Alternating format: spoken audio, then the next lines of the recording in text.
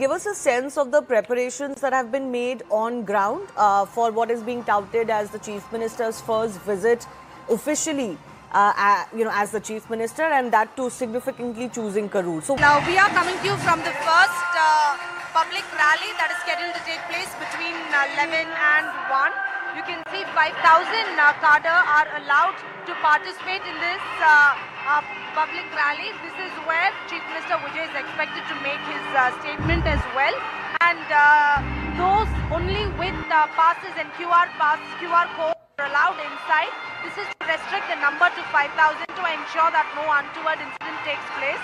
So arrangements are made to also ensure no overcrowding takes place. After this, there could be a road show, and then the next program is at the collector's office, where families of the 41 victims, 32 of them will be getting government jobs, and that's the program. After which Chief Minister will go back to Chennai, but this is also Chief Minister Vijay's first visit after the Karur stampede.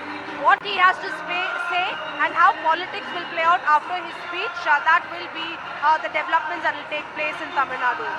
So, Purnima, given that he also stands in the dock as far as that stampede investigation is concerned, it would be interesting to see if he makes any political statement at the event, because this is exactly what the DMK has been opposing, that TVK leaders or Vijay or others cannot be making statement that prejudge this investigation.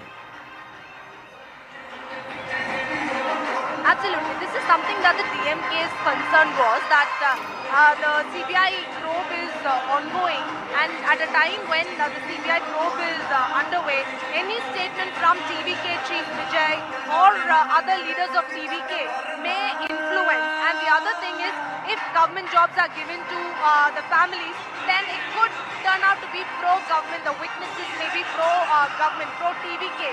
And these are the concerns raised by DMK, which is why they moved the Supreme Court. But the Supreme Court, in fact, went against the DMK, said court is not a political forum.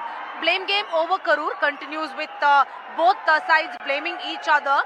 So that is only going to escalate today as well. We could expect some statements from Vijay for the DMK and over the Karur tragedy, because this is not the first time that TVK is blaming DMK. But these statements could influence CBI probe, is the concern raised by DMK. And also, if government jobs are offered to families, then it could turn out to be pro-TVK, and they may change their stance, is the concern that's raised by the DMK, even now, as Chief Minister is all set to reach Karur by 11 a.m. today. The DMK has not been very pleased with this visit that has been planned. What are your worries exactly? See, first and foremost, we are very happy that Mr. Vijay has started on time. Yeah. Let's not forget that his delay, 7-hour delay during the last visit, was the primary reason for the stampede in which 41 people were dead. And now we have no problem. See, let him visit Karur, let him visit wherever he wants. We have no problem. And yet another myth has been busted.